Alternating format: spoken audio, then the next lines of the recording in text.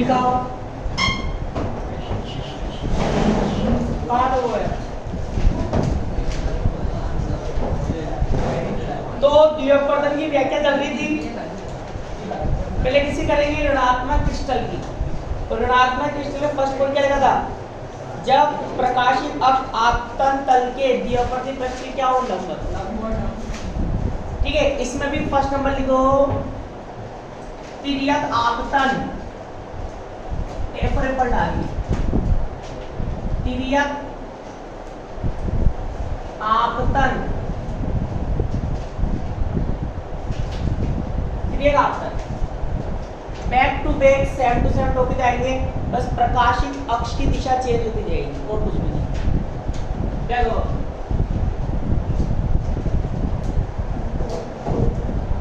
X Y क्या है, x Y क्या है, द्विअपवर्ती पृष्ठ क्या है, द्विअपवर्ती पृष्ठ। और जो प्रकाशित अक्ष है वो इस द्विअपवर्ती पृष्ठ की क्या है, अभिलंबन है। बस ये मैं डॉट बना रहा हूं ना, इनकी दिशा चेंज होती रहेगी। बाकी टॉपिक बैक टू बैक क्या आएंगे, सेम टू सेम,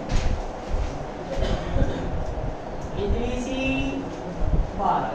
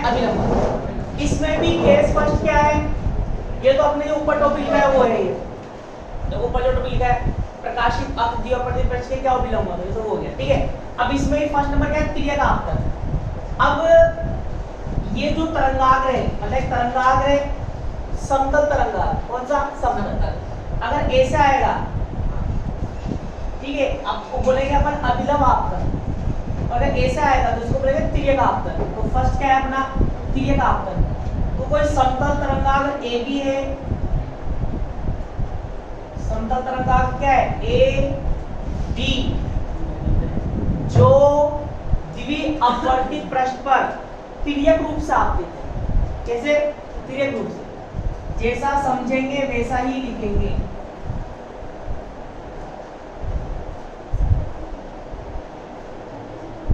कैसा आपतित है बबलू, तिर्यक रूप से। अब बताओ तरंगाग्र एबी का, समतल तरंगाग्र एबी का कौन सा सिरा इस द्विअपवर्ती पृष्ठ को पहले स्पर्श करेगा।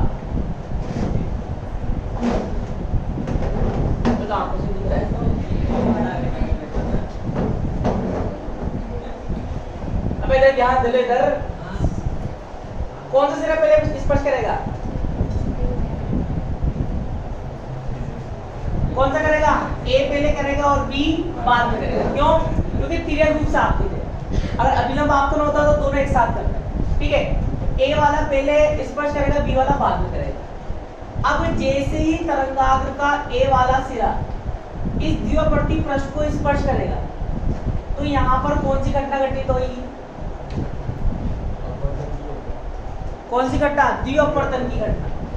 तो जैसे यहाँ पर द्विअपवर्ती घटना घटित होगी तो बताओ यहाँ से कितनी तरंगिकाएं चलेंगी, 2 तरंगिकाएं चलेंगी। कौन कौन सी, और ए और ई रे। और ए का तरंगांक कैसा होता है? और ए का गोलाकार, ओ का गोलाकार। ओ कैसा होता है? गोल, तो इसका क्या होगा? गोलाकार। ई का कैसा होगा? दीर्घवृत्त। ठीक है, तो ओ यहाँ से जैसे ही द्विपरमाणु घटना घटित होगी तो दो तरंगिका चलेगी, कौन सी? ओ और ई। अब बताओ कौन सा क्रिस्टल है? धनात्मक क्रिस्टल है कि ऋणात्मक क्रिस्टल है? ऋणात्मक क्रिस्टल है, तो ओ अंदर रहेगा या बाहर रहेगा? कौन किसके अंदर रहेगा? जो अपन सब लिख के आ चुके ना सिद्धांत में, वही काम आएगा। ऋणात्मक में वो अंदर रहता है, ई का रहता है बाहर। ठीक है, अब सुनो तो बबलू बताओ, जितने समय में ये बी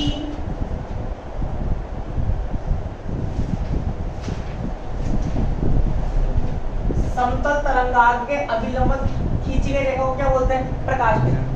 मतलब प्रकाश किरण बी से सी तक जितने समय में पहुंचेगी, बी से सी तक पहुंचने में जितना समय लेगी उतने समय में ए से उत्सर्जित ओ और ई बी इसके अंदर कितनी दूरी तय कर लेगी? भाई यहाँ से लेकर मान लो टी समय लगा, कितना समय लगा? टी समय। मतलब बी को सी तक पहुंचने में कितना समय लगा? टी समय। ए से बताओ, जैसे ये पहले स्पर्श कर लेगा, जब ये पहले स्पर्श करेगा तो यहाँ से ओ भी चलेगी और ई भी चलेगी, तो टी समय में ओ और ई कितनी दूरी तय कर लेंगे? बीसी। तो ये यहाँ से अगर बीसी है तो यहाँ से भी कितनी चलेगी? बीसी। मतलब ओ भी बीसी दूरी तय करेगी और ई भी कितनी? बीसी दूरी तय करेगी। ठीक है, पर ओ का अपवर्तनांक कितना होता है? Mu naught. तो ये अंदर कितनी दूरी तय करेगी? म्यू नॉट ई। और इसका अपवर्तनांक क्या होता है? Mu E. तो ये कितनी दूरी तय करेगी? Mu E BC. अब अपन क्या करेंगे? एक तो म्यू नॉट बीसी त्रिज्या का गोलाकार बनाएंगे, गोलाकार तरंगांक बनाएंगे। क्यों? क्योंकि ओ के लिए बना है। ठीक है, और mu naught E B C. अब बताओ दोनों में से बड़ा कौन होगा? म्यू नॉट बी सी बड़ा है या म्यू ई बी सी बड़ा है?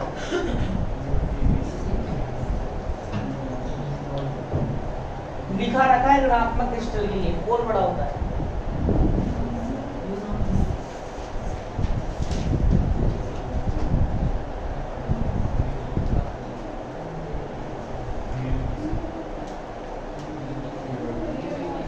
कौन है? म्यू ई बी सी बड़ा होता है। ठीक है, तो इसका तरंगांक कैसा होगा? दीर्घवृत्त बनाएंगे। कैसे बनाएंगे? देखो, प्रकाशित अक्ष के अनुदिश दोनों का वेग क्या रहता है? एक समान। तो ऐसा बनेगा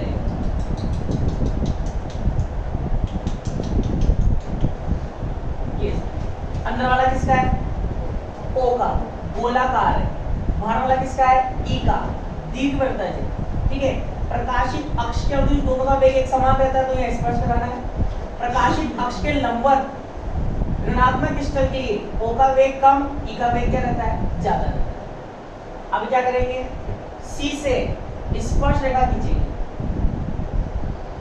पहले ओ से मिलाते हुए स्पर्श रेखा खींच देंगे, फिर ई के लिए खींचेंगे। ठीक है, ओ वाली स्पर्श रेखा यहाँ स्पर्श कर दी, इसको यहाँ से कैसे निकालेंगे? और ये क्या करिए यहाँ पर, तो इसको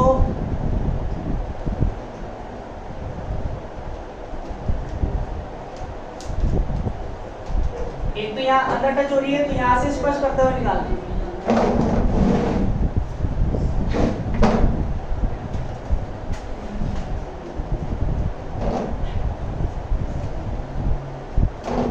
अब देखना ध्यान से, एक तो यहाँ स्पर्श हो रही है, यहाँ से स्पर्श करते हुए निकालना, और एक हो रही है यहाँ पर, तो एक यहाँ से निकालना।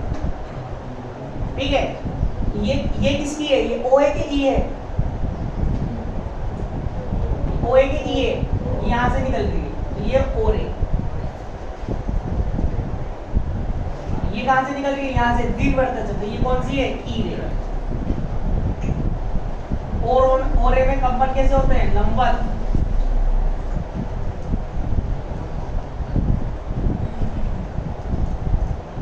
ई रे में कैसे होते हैं, समांतर।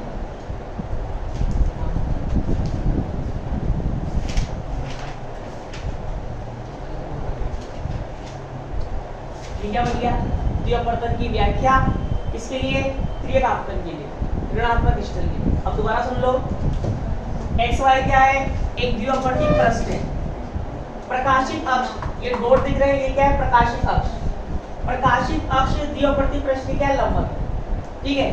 अब इस स्थिति में भी जो समतल तरंगाग्र है वो इस पर क्या है, त्रियक रूप से आपतित है, तो त्रियक रूप से आपतित कर दें। जब समतल तरंगाग्र त्रियक रूप से आपतित होगा तो इसका ए सिरा बी से पहले स्पर्श करेगा, और जैसे समतल तरंगाग्र का ए इस पर स्पर्श करेगा तो यहाँ पर कौन सी घटना घटित होती है, द्विअपवर्तन।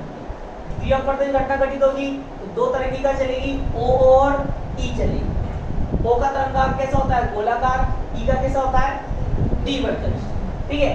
फिर अपन क्या लिखेंगे, बी से सी तक, मतलब बी से उत्सर्जित द्वितीयक तरंगिका सी तक पहुंचने में टी समय लेगी, और कितनी दूरी तय कर रही है, बीसी, वायु में चल रही है तो 1, मतलब टी समय में कितनी दूरी तय करी इसने, बीसी। ऐसे बताओ जब यहां से जो दो तरंगिका चलेगी, कौन सी, ओ और ई, तो टी समय में कितनी दूरी तय कर रही है, बीसी, तो ए से ओ वाली डी टी समय में कितनी दूरी तय करेगी, म्यू नॉट बी सी, क्योंकि यहाँ पर क्या लिखा, एक मतलब वायु का अपवर्तनांक, और ऐसे ओ का अपवर्तनांक कितना है, म्यू, तो लिखेंगे म्यू नॉट बी सी। ऐसे ई कितनी दूरी तय करेगी, म्यू ई बी सी। फिर अपन क्या करेंगे, इस त्रिज्या का गोलाकार तरंगाग्र बनाएंगे, ठीक है, और इस त्रिज्या का भी क्या बनाएंगे, द्विवर्तज तरंगाग्र। प्रकाशित अक्ष के अनुदिश दोनों का वेग क्या रहता है, एक समान, तो स्पर्श करेंगे। प्रकाशित अक्ष के लंबवत दोनों का वेग क्या होता है, अलग अलग, ई का वेग ज्यादा होता है तो ये बाहर रहेगा, ओ का वेग कम रहता है तो ये अंदर रहेगा। फिर क्या करेंगे, सी से गोलाकार तरंगाग्र और सी से ही द्विवर्तज तरंगाग्र पर स्पर्श रेखाएं खींचेंगे। एक स्पर्श रेखा कहाँ जा रही है, गोलाकार पर, एक कहाँ जा रही है, द्विवर्तज पर। फिर ए से गोलाकार से निकाल देंगे प्रकाश, एक किरण, और एक द्विवर्तज से निकाल देंगे। जो गोलाकार की होगी वो कौन सी होगी, ओ, जिसमें क्या होता है, लंबवत कंपन, और ये द्विवर्तज से आ रही है तो कौन सी, ई, जिसमें क्या होता है, समांतर। ठीक है, हो गई द्विवर्तन की व्याख्या। फोटोग्राफ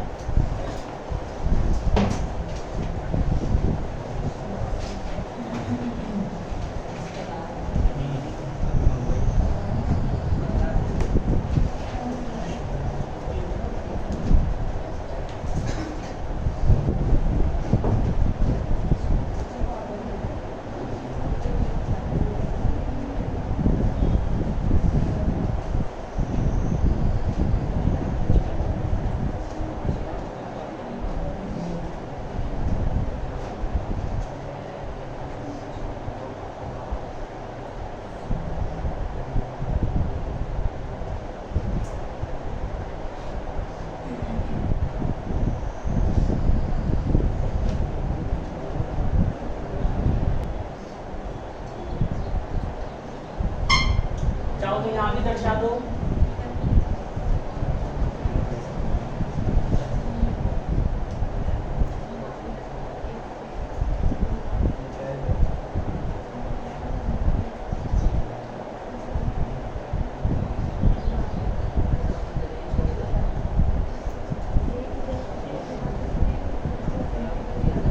ई तो अपवर्तन के लिए भी पालना करती है, तो सीधी जाएगी, वो अपवर्तन के नियम की पालना करती है।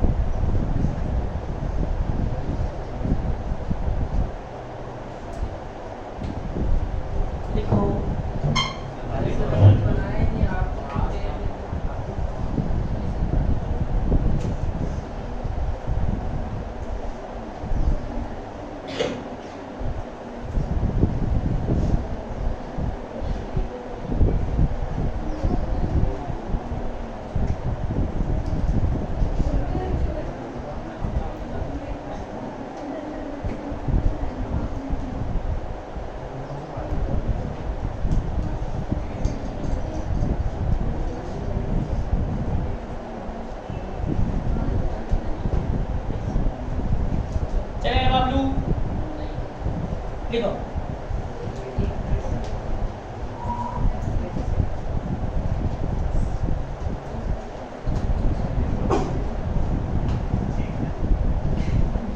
लिखो माना AB एक समतल तरंगाग्र, माना AB एक समतल तरंगाग्र कैल्साइट क्रिस्टल के, कैल्साइट क्रिस्टल के, कैल्साइट कौन सा क्रिस्टल है, धनात्मक के ऋणात्मक, ऋणात्मक क्रिस्टल, कैल्साइट क्रिस्टल के XY पृष्ठ पर, XY पृष्ठ पर तिर्यक रूप से आपतित होता है। जब आपतित तरंगाग्र, जब आपतित तरंगाग्र का बिंदु A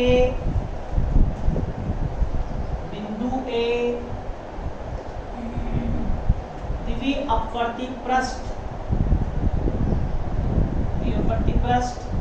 XY को समझ के लिखना, द्विअपवर्ती पृष्ठ XY को स्पर्श करता है, स्पर्श करता है तो वह दो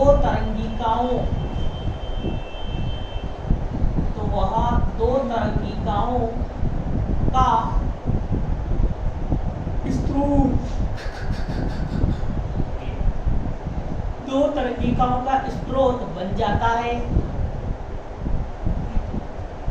एक साधारण किरण, एक साधारण किरण और दूसरी असाधारण किरण होती है। हाइगेन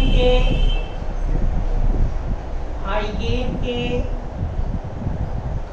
सिद्धांत के अनुसार,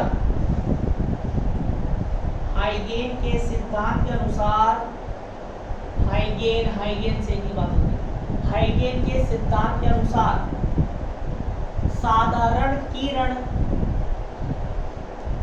का तरंगाग्र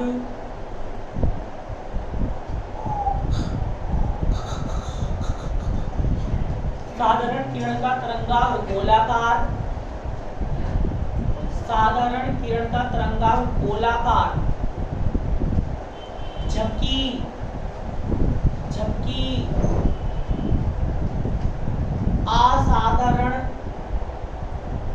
असाधारण किरण का तरंगाग्र दीर्घवृत्तज के रूप में फैलता है। दोनों तरंगिकाएं के रूप में फैलता है। दोनों तरंगिकाएं ऐसे बिंदुओं पर स्पर्श करती हैं कि जो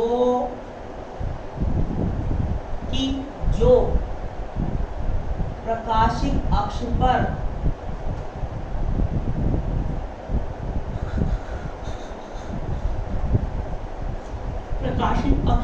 स्थित होते हैं।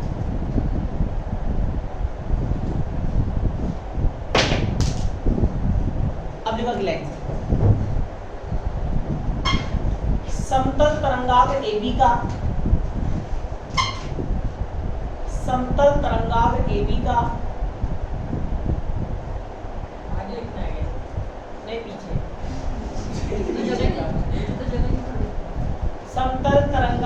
AB का ए सिरा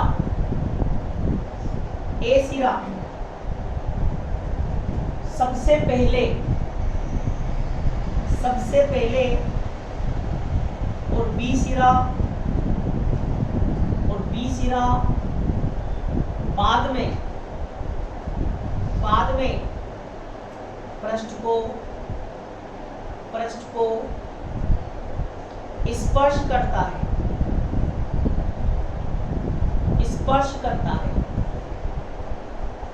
जितने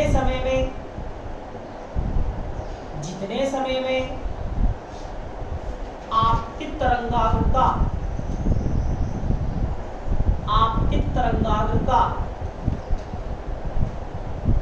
बिंदु बी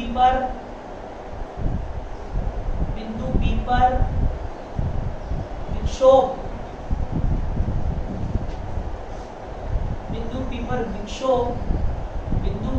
पर विक्षोभ सी पर पहुंचता है मतलब जितने समय बी से सी तक पहुंचेगा उतने ए से अंदर भी चलेगी, दो तरह की है आगे बी से सी पर पहुंचता है उतने ही समय में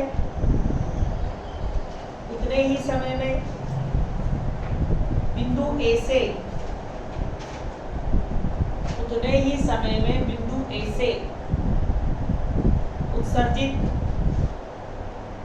उत्सर्जित साधारण गोलीय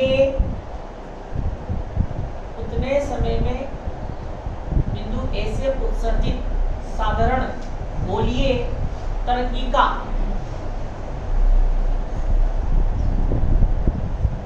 मतलब कितनी दूरी तय करेगी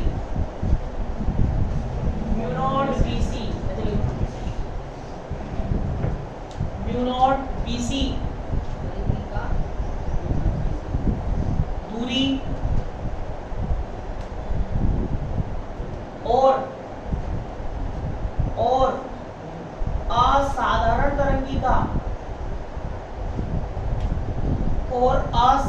तरंगिका म्यू ई BC दूरी तय कर लेती है।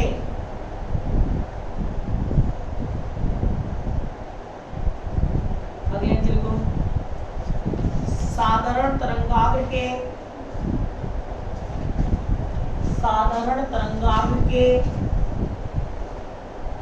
निर्माण के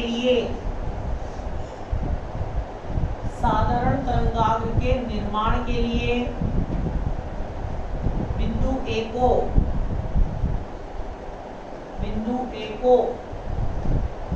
केंद्र मानकर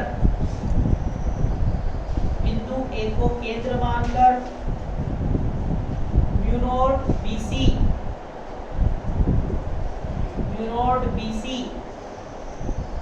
दूरी की त्रिज्या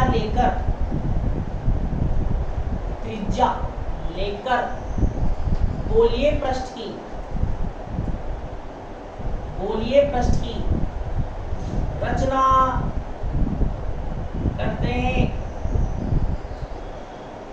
रचना करते हैं फिर बिंदु C से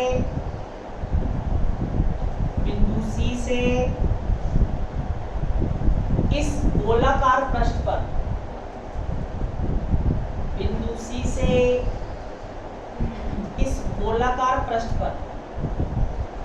स्पर्शीय पृष्ठ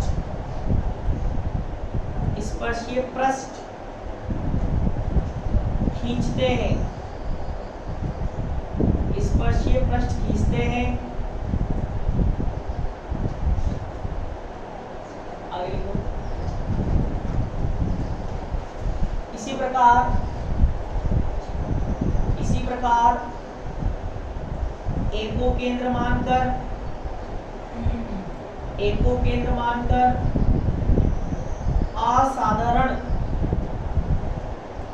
असाधारण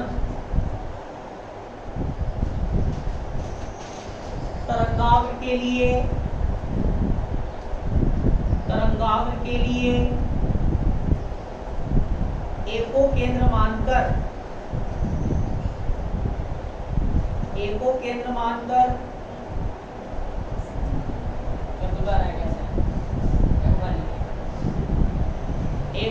मानकर म्यू ई बीसी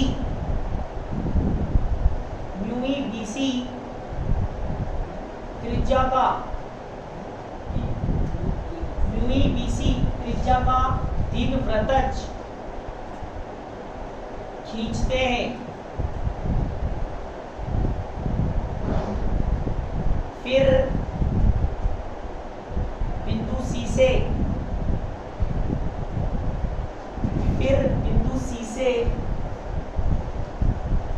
इस दीर्घवृत्तज पृष्ठ पर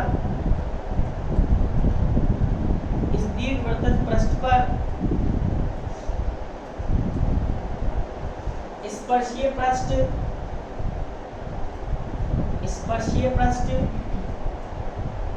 खींचते हैं। अगला लिखो। अब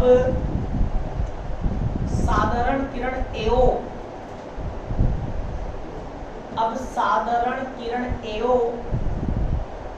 दिशा में अपवर्तित होती हुई प्रेक्षित होती है,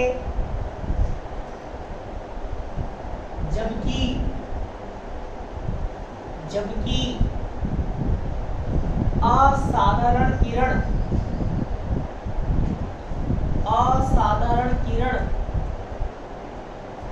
एई दिशा में अपवर्तित होती हुई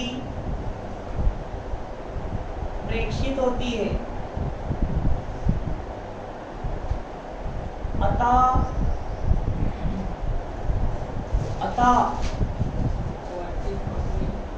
एओ और एई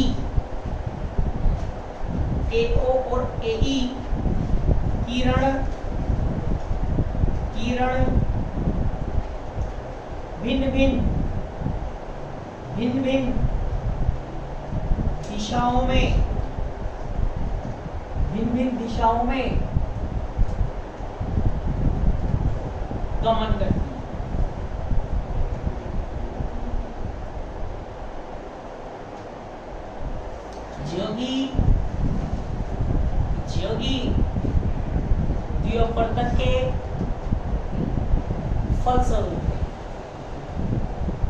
ज्योगी द्विअपवर्तक के फलस्वरूप है, अतः इस स्थिति में द्विअपवर्तन की घटना घटित होती है।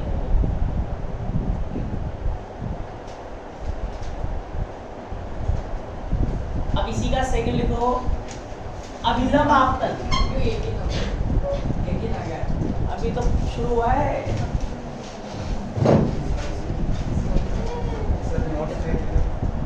सेकंड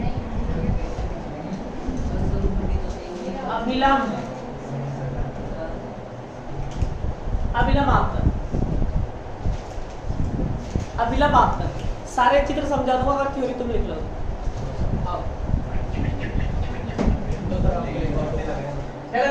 अब क्या होगा, सुनना ध्यान से।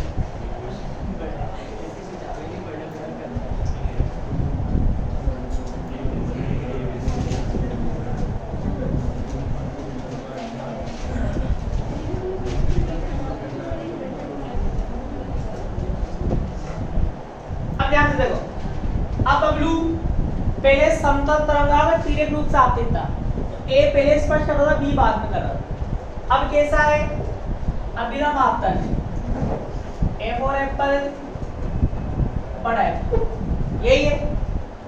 तरंगाग्र के अभिलंब खींची गई रेखा क्या कहलाती है, प्रकाश किरण। अब बताओ क्या होगा, दोनों एक साथ स्पर्श करेंगे, ये करेंगे, ठीक है। अब जैसे स्पर्श करेंगे, स्पर्श करते ही कौन सी घटना घटित होती है, द्विअपवर्तन की। पहले तो आगे पीछे हो रही थी, अब एक साथ होगी। यहाँ भी द्विअपवर्तन की घटना घटित होगी, यहाँ भी द्विअपवर्तन की घटना घटित होगी। अब द्विअपवर्तन की घटना घटित होती है तो कितनी तरंगिका चलती है, दो। कौन कौन सी, ई और ओ। ओ का तरंगाग्र कैसा होता है, गोलाकार। ई का कैसा होता है, द्विवर्तन। ठीक है, फिर वही वाली बात बताओ, ये अब ये जितने समय में दूरी तय करेगी उतने समय में ये भी दूरी तय करेगी। फिर क्या करेंगे, वही म्यू नॉट बीसी त्रिज्या का गोलाकार पृष्ठ की रचना करेंगे, म्यू ई बीसी त्रिज्या के इसकी दीर्घवृत्त पृष्ठ की रचना करेंगे। तो प्रकाशित अक्ष के अनुदिश दोनों का वेग क्या रहता है, एक समान। ये तो किसका है, ओ का। ओ का कैसा होता है, गोलाकार। और ये किसका है, ई का। ऐसे यहां भी प्रकाशित अक्ष के अनुदिश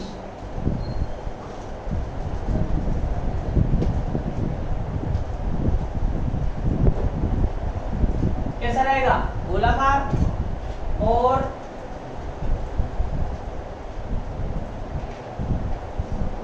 ठीक है, प्रकाशित अक्ष के अनुदिश दोनों का वेग क्या रहता है, एक समान। तुम्हें ऐसा करना, पहले लाइन खींचना है, फिर बनाना।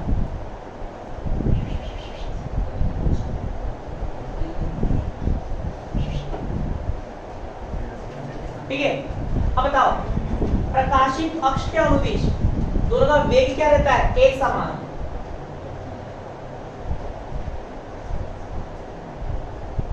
प्रकाशित अक्ष के अनुदिश दोनों का वेग क्या रहेगा, एक समान। वेग समान होने का मतलब क्या है, दो दोस्त साथ में चल रहे हैं, उनका वेग क्या है, एक समान। एक समान का मतलब दोनों क्या चल रहे हैं, साथ साथ। तो जो वेग ओ का है वही वेग किसका है, ई का। मतलब ओ के कंपन और ई के कंपन कैसे चलेंगे, साथ साथ। ओ के कंपन, ई के कंपन, ओ के कंपन, ई के कंपन और ई के कंपन क्या चलेंगे, साथ साथ।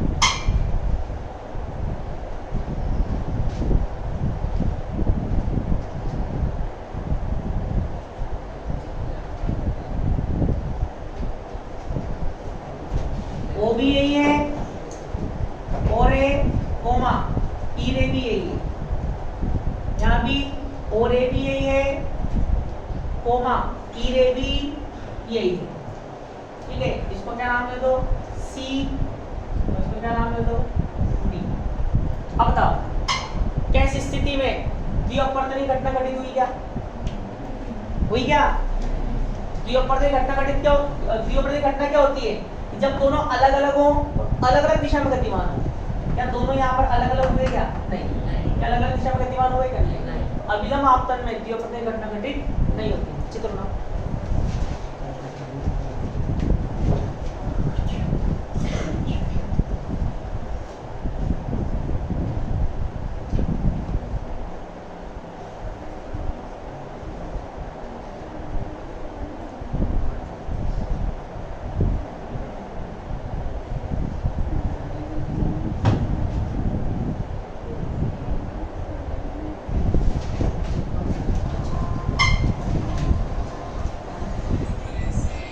लिखो, लिखो, माना समतल तरंगाग्र AB माना समतल तरंगाग्र AB क्रिस्टल के पृष्ठ एक्स वाई पर, वाई लिख लेना वहां पर, एक्स वाई पर लंबवत आपतित है।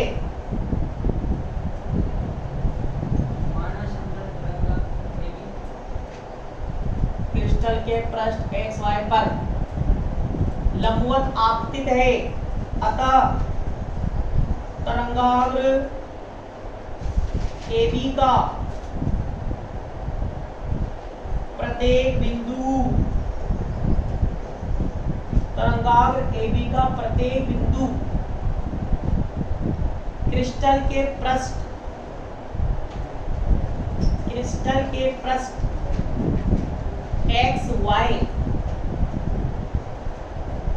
एक्स वाई को एक साथ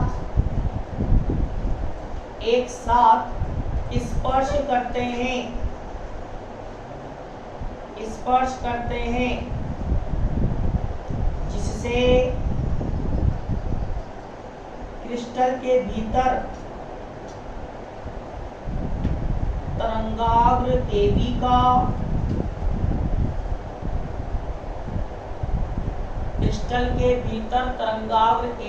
प्रत्येक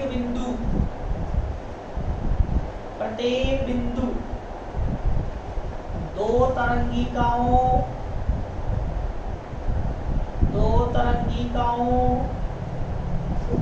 का स्रोत बन जाता है।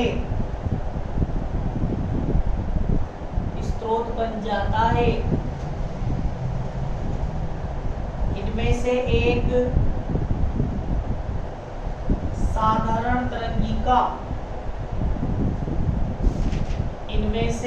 साधारण तरंगिका गोलाकार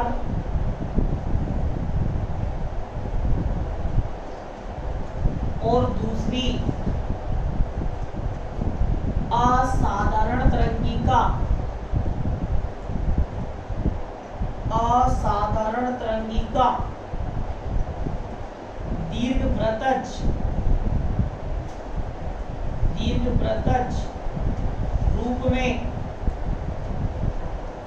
दीर्घवृत्तज रूप में समय के सापेक्ष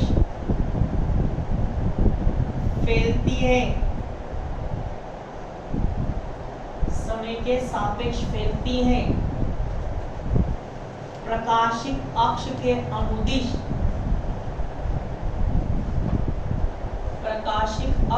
अनुदिश ओरे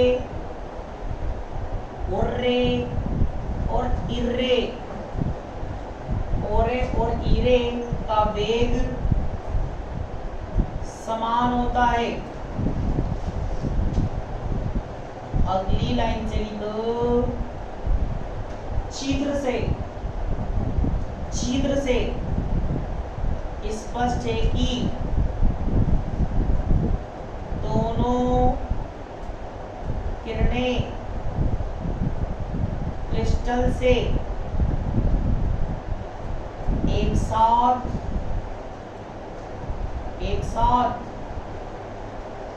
निर्गत होती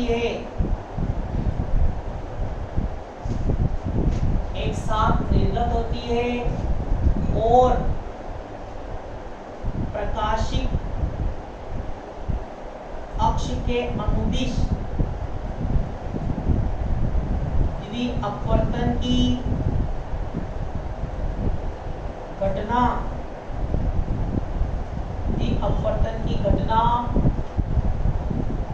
घटित नहीं होती है।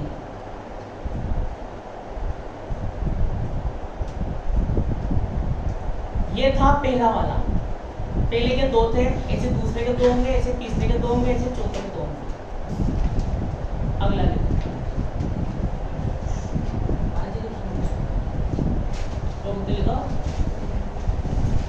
सेकंड नंबर लिखो।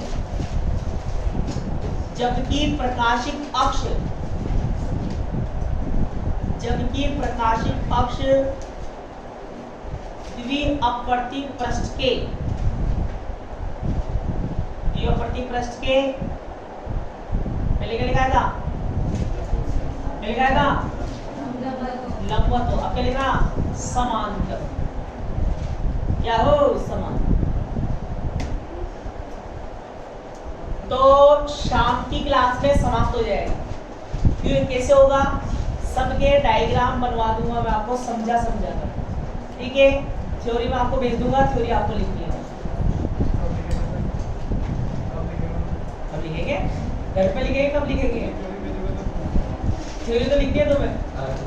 तो शाम को डायग्राम बना दो समझाकर, थ्योरी तो लिखनी है बस। शाम को 4 से 5 शाम खत्म हो जाएगा टॉपिक।